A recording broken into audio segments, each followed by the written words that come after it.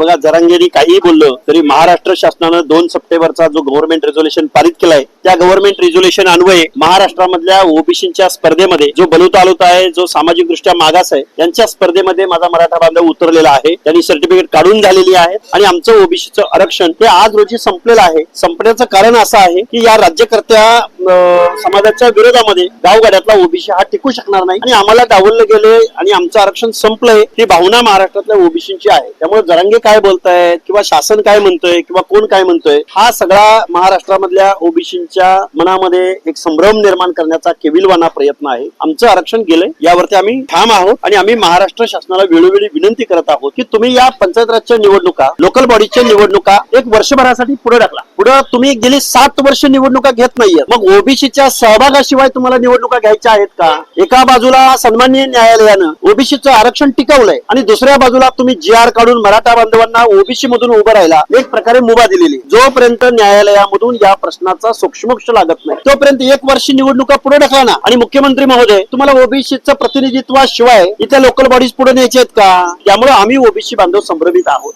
या निवडणुका 1 वर्षासाठी पुढे ढकला.